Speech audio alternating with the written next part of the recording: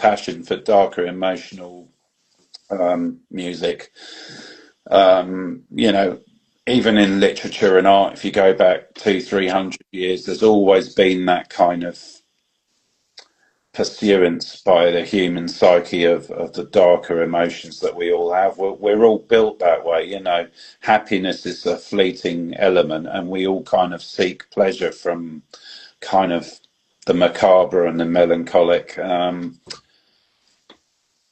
I think for me, the only shame is that the mainstream media seem to get the gothic aesthetic wrong. You know, they're always trying to link every kind of mainstream appropriation of very tenuous elements, and claim that, you know, oh, goth's back. Oh, God, you know, I don't know, whatever kind of actress of the moment, you know, oh, she's a goth now because she's put like black dye in her hair and put a little bit of smoky eyeshadow on. Um, I mean, there is a huge growth in the goth aesthetic. I hate that word aesthetic, but that's what everybody calls it now. I don't really see it extending into the music as much because I think a lot of people really want the label now.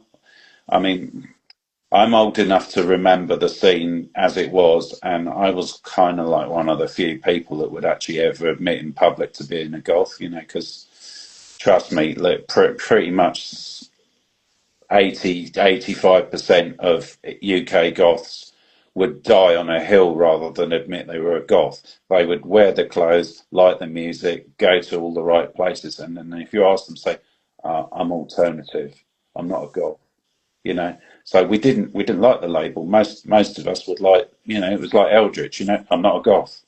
Um, so what I've noticed when I first started taking more interest through social media and what was going on, superficially it does appear that everybody is a goth now.